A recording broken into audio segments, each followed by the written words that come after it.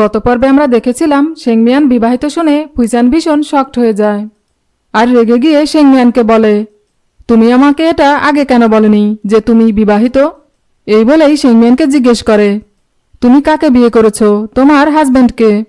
কিন্তু শেংমিয়ান এতে কোনো উত্তর না দিয়ে ফোনে ওর হাজব্যান্ডের সাথে কথা বলার মিথ্যে অভিনয় করতে থাকে, যেটা দেখে ফুইচান আরও রেগে যায় আর ওকে বলে, তাহলে কি তুমি তোমার বিজনেস পার্টনার লিনকে বিয়ে করেছো? এতে শেংমিয়ানও আর কোনো উপায় না দেখে হ্যাঁ বলে দেয় এবং ফুইচানকে ওর দেয়া নেকলেসটা ফেরত দিয়ে সেখান থেকে ওকে চলে যেতে বলে। আর এতে ফুইচানও কষ্ট পেয়ে সেখান থেকে চলে যায়। এরপর বাড়ি ফিরে ফুইচান একা একা বসে ড্রিঙ্ক করতে থাকে আর শেংমিয়ানের কথা ভাবতে থাকে। এরপর পরের দিন সকালে শেংমিয়ান যখন অফিসে বসে কাজ করতে থাকে তখনই ওর কাছে ওর বিজনেস পার্টনার লিনের ফোন আসে আর লিন ফোনে শেংমিয়ানকে ওদের নতুন প্রজেক্টের ফাইল পাঠিয়ে দিতে বলে। এতে শেংমিয়ান বলে, ঠিক আছে, আমি একটু পরে তোমাকে ফাইল সেন্ড করে দেব।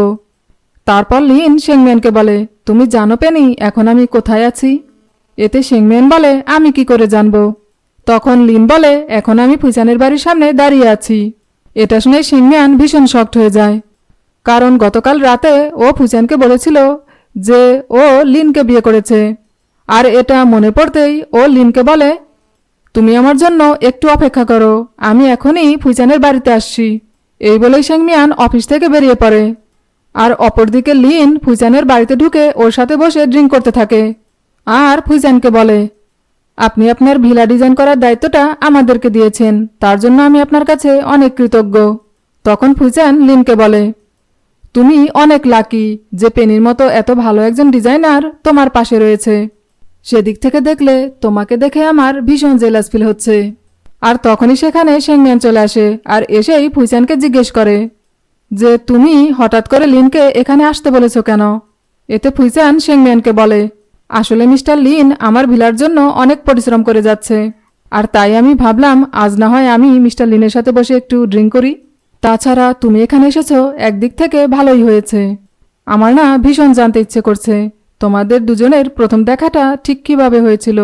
তখন শেংমিয়ান কোনো কিছু বলার আগেই লিন বলতে শুরু করে যে আমার আর পেনির প্রথম দেখা হয়েছিল কলেজে, আর কলেজ লাইফে পেনি পড়াশোনায় ভীষণ ভালো ছিল।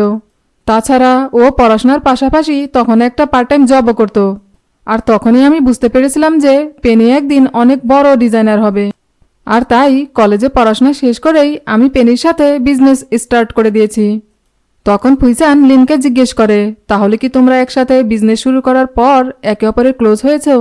এতে শেংমিয়ান বলে, আমরা তো বিজনেস শুরু করার অনেক আগে থেকেই একে অপরের ভীষণ ক্লোজ ছিলাম। এই বলেই লিনের হাত ধরে, যেটা দেখে লিন একটু শকড হয়ে যায়। আর শেংমিয়ানের হাবভাব দেখে ফুইচানেরও একটু সন্দেহ হয়। আর তাইও ওদেরকে বলে যে তোমাদের দুজনকে আমার প্রজেক্টটা দেওয়ার আগে আমি তো জানতামই না যে তোমরা দুজন হলে কাপল। আর এটা শুনে লিন ভীষণ অবাক হয়ে যায়। তখন শেংমিয়ান বলে, আসলে আমরা আমাদের বিজনেস এবং পার্সোনাল লাইফ দুটোকে সবসময়ই আলাদাভাবে দেখি।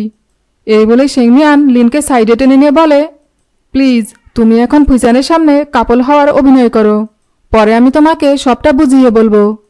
আর তাই পরিস্থিতি সামলানোর জন্য লিন ফুইচানকে বলে, আসলে পেনি আমাকে সাইড করে বলল আমি যেন বেশি ড্রিঙ্ক না করি। এরপর শেংমিয়ানের ঠান্ডা লাগতে শুরু করলে ফুইচান ওর জ্যাকেটটা শেংমিয়ানকে পরিয়ে দেয়। অপরদিকে ফুইচানকে এটা করতে দেখে লিন আবার ওর জ্যাকেটটা ফুইচানকে পরিয়ে দেয় আর বলে, মিস্টার ফুইচান, আপনি চাইলে আমার জ্যাকেটটাকে নিয়ে যেতে পারেন। যেটা দেখে ফুইচানের একটু অদ্ভুত লাগে। এরপর ফুইচান লিনকে বলে, কাল আমি একটি নতুন হোটেল ওপেনিং করতে যাচ্ছি, আর তাই আমি তোমাকে ইনভাইট করছি, কাল তুমি পেনিকে সাথে নিয়ে আমার হোটেলে চলে যেও।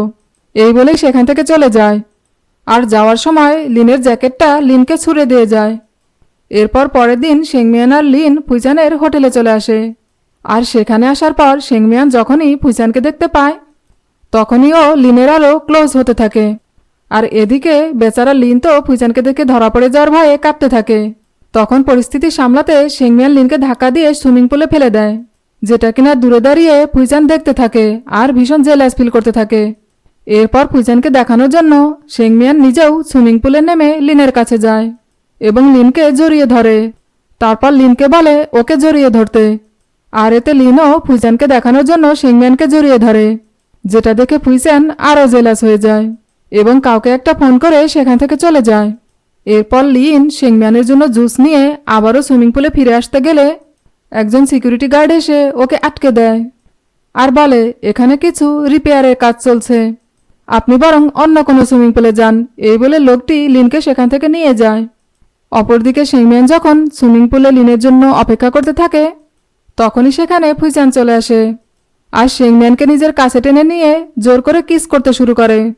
আর এতে শেংমিয়ান ওকে আটকে দিয়ে দূরে সরিয়ে দিলে ফুইচান আবার ওকে কাছে টেনে নিয়ে কিস করতে থাকে। তখন শেংমিয়ান ফুইচানকে দূরে সরিয়ে দিয়ে সুইমিং পুল থেকে চলে যায়। এরপর শেংমিয়ান ড্রেসিং রুমে এলে ফুইচানও ওর পেছন পেছন ড্রেসিং রুমে চলে আসে। আর এতে শেংমিয়ান সেখান থেকে চলে যেতে গেলে ফুইচান ওকে আটকে দেয় আর বলে, তুমি লিনের মধ্যে কি এমন দেখেছো যার জন্য তুমি ওকে বিয়ে করেছ? আমি তোমার লিনের চেয়ে অনেক বেটার।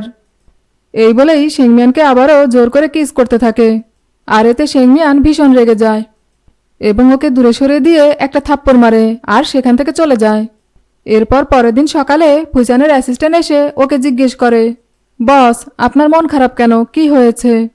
তখন ফুইচান বলে, আমার এক বন্ধু একটি মেয়েকে পছন্দ করে, কিন্তু মেয়েটি বিবাহিত, সে তার হাজব্যান্ডকে পছন্দ করে আর তার হাজব্যান্ডের সাথেই থাকতে চায়।